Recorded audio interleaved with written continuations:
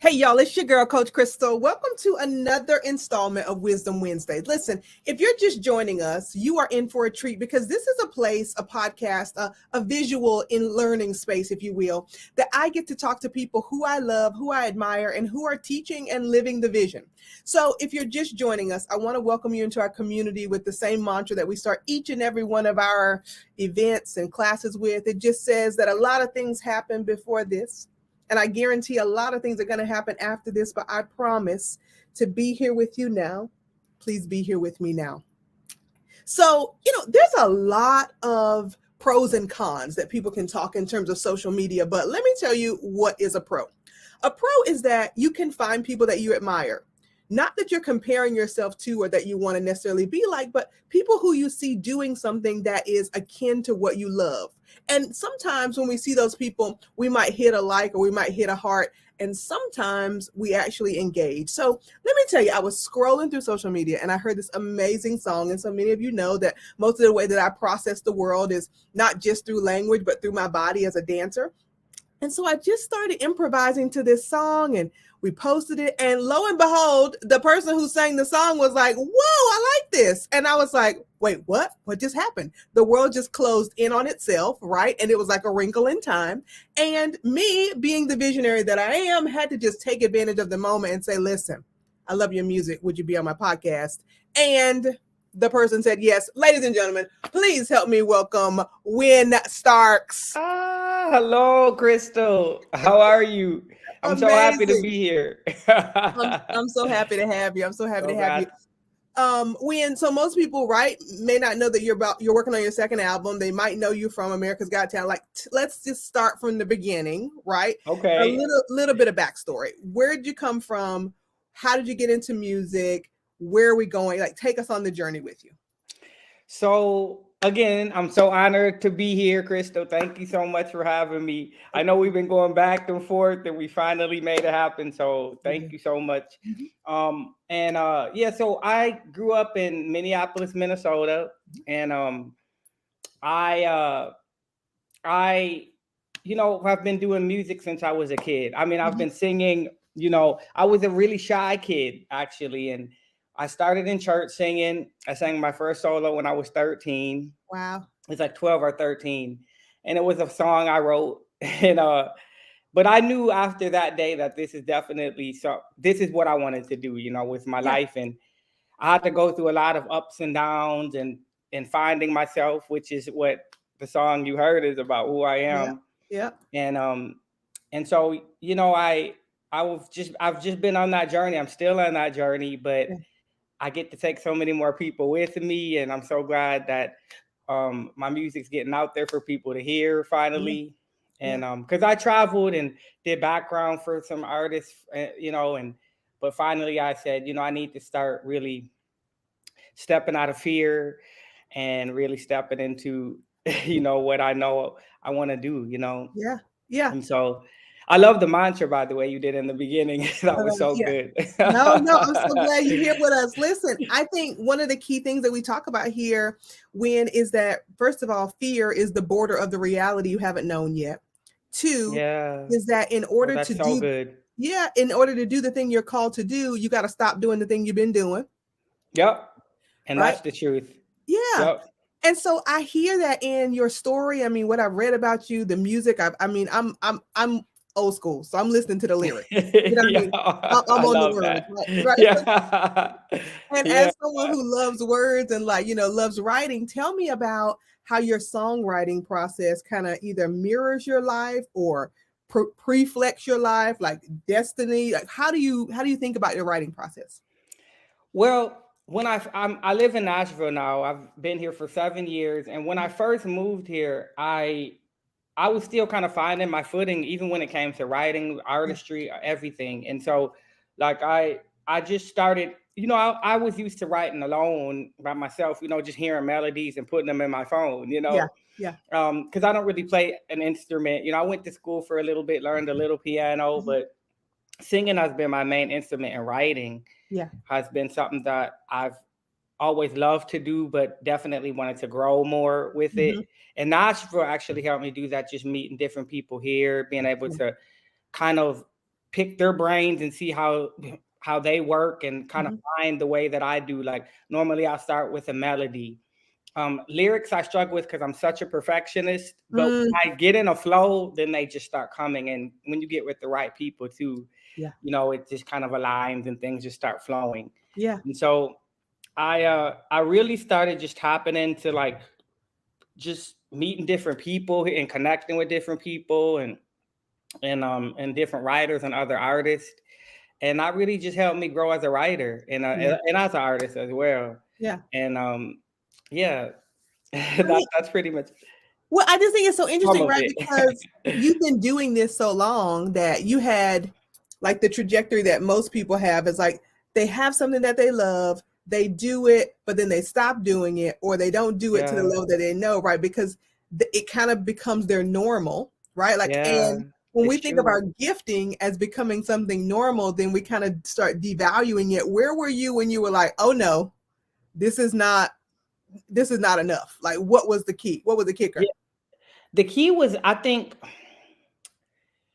I like you said, I've been doing this a long time. I struggled. I've struggled with a lot of like insecurity, people pleasing. I had to learn, which many of us struggle with. But I, Especially as I artists.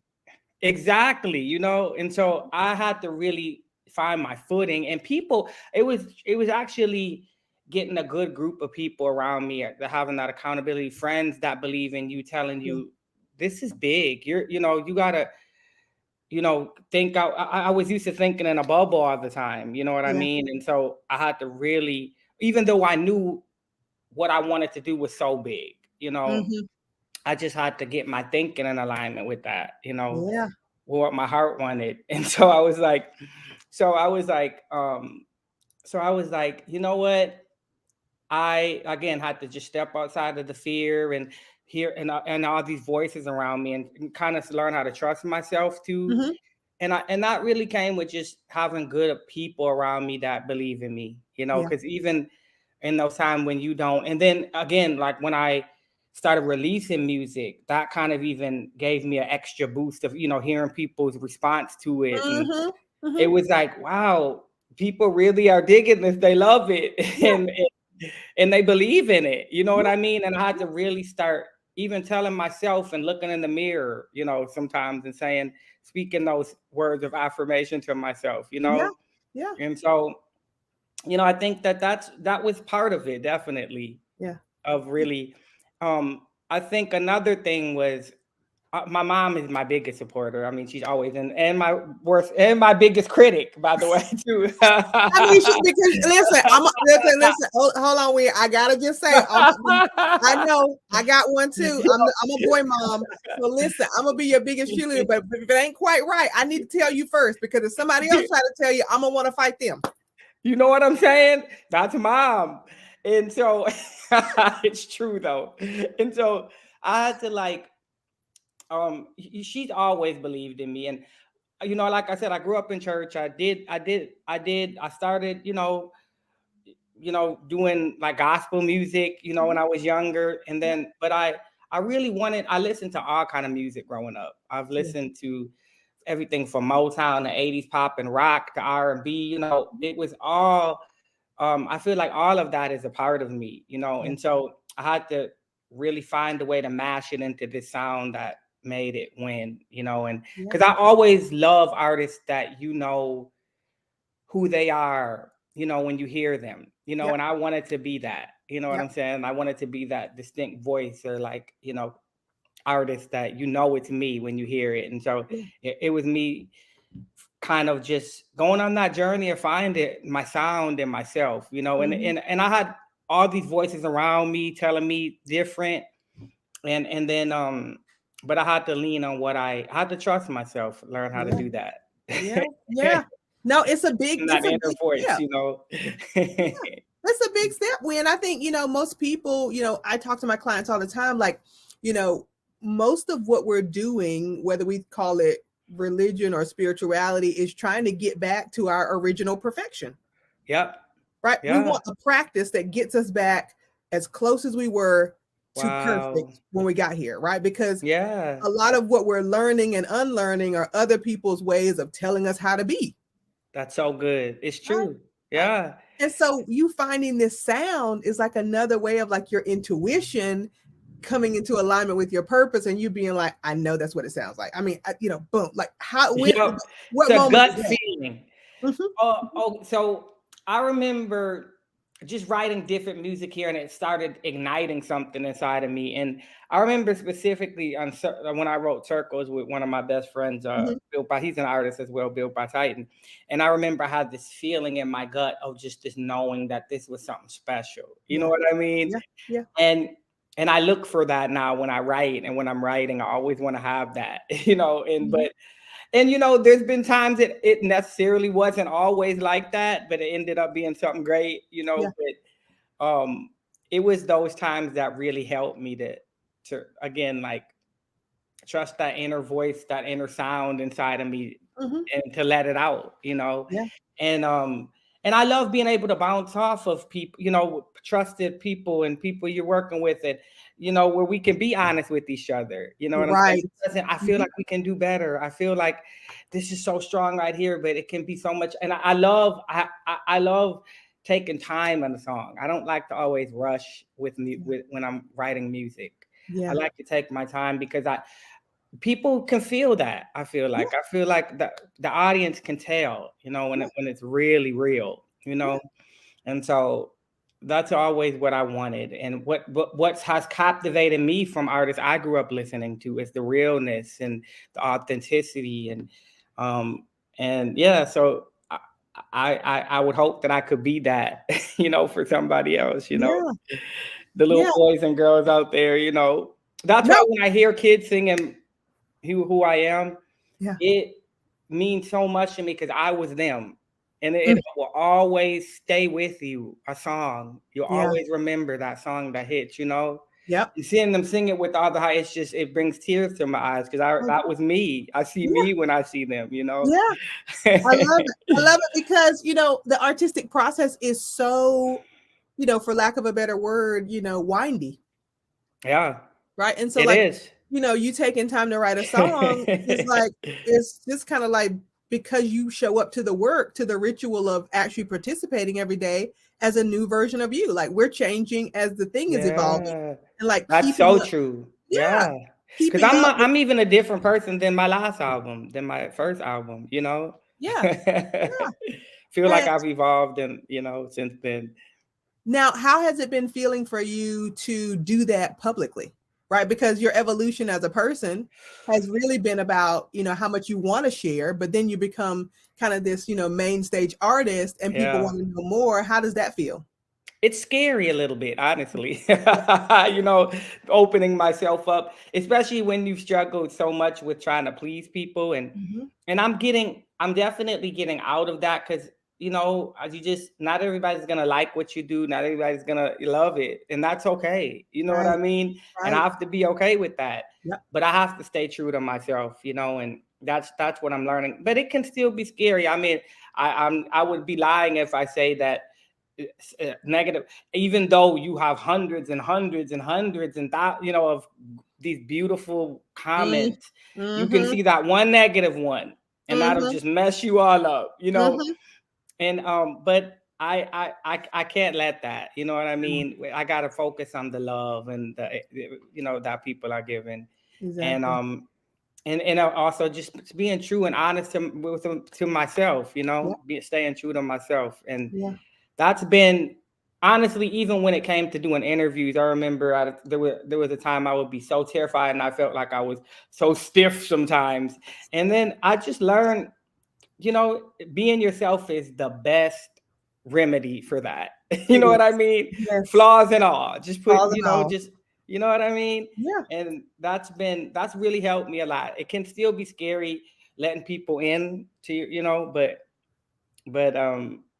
but that's what people want. They Yeah. want something honest and real. Yeah. I know I do. Right, right. And I was talking to my clients last night, and we were just going through this idea, about authenticity and being your full self, and how much energy it takes to pretend that you're somebody else, and then why Yeah. don't you give that energy to being who you are, right? Yeah. And then I was talking about, because in politics is loud, right? And so people are always like, oh, the 1%. It's about the 1% of wealth. No, it's about really the 1% of people who are courageous enough to be who they are.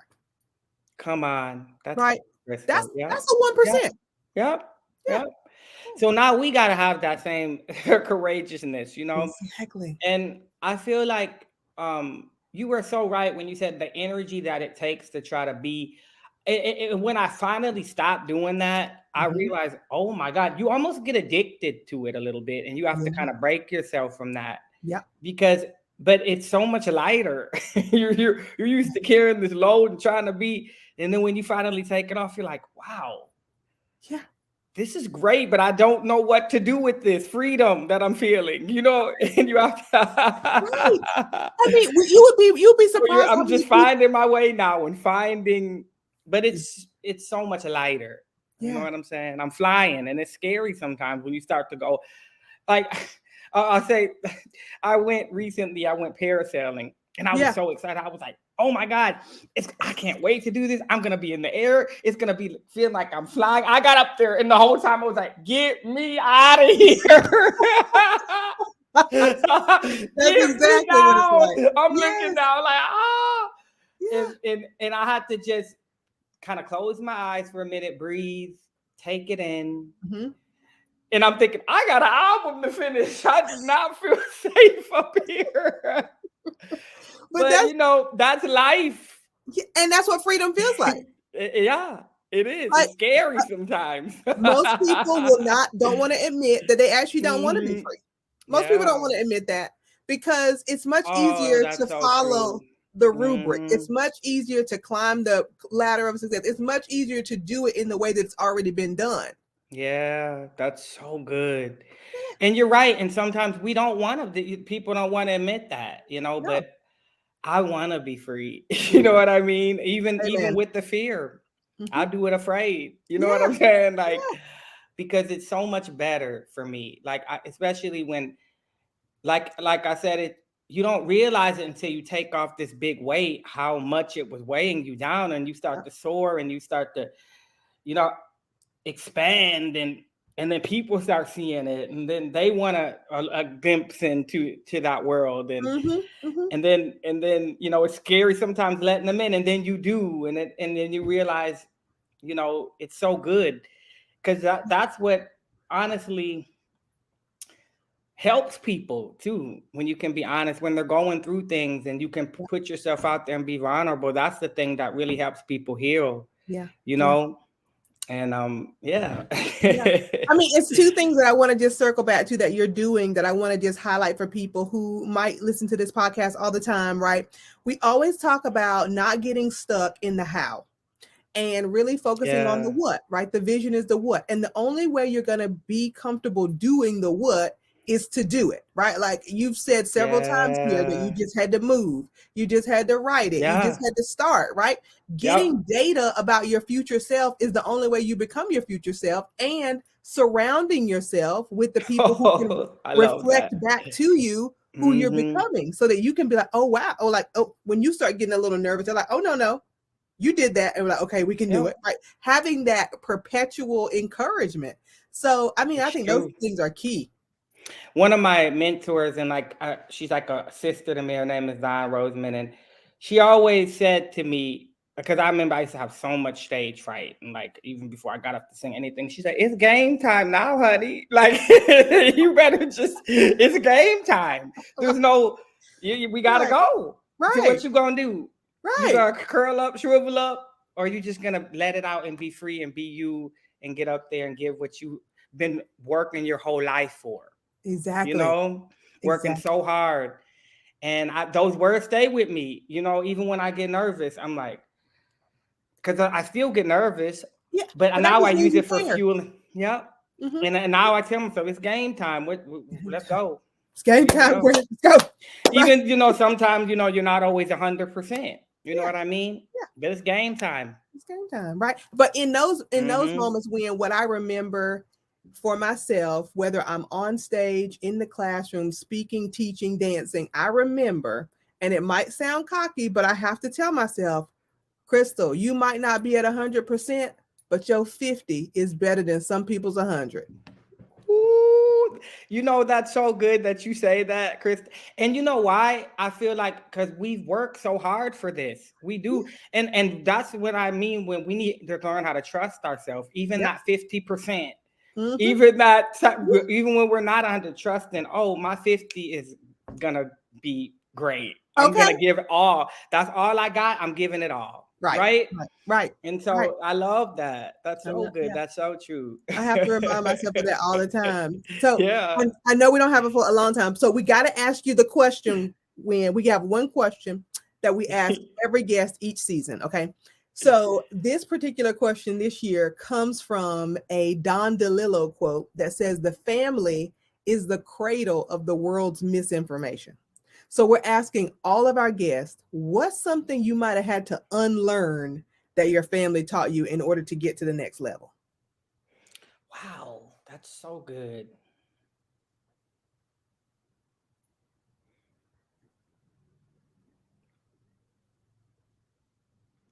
Wow. Oh God. So I grew up with brothers, and Uh-huh. older brothers can be cruel sometimes. You know what I I got mean? one. I got And one. it's all we were kids. I get it, Yeah. but Mhm. I feel like some of the words stayed with me, and I carried those things, Yeah. and it made me feel unworthy a little Mhm. bit, or Yeah. unloved, or like like um and not just from words from just anybody, when you grow up being bullied too, but I think from my family, one of the things I had to unlearn,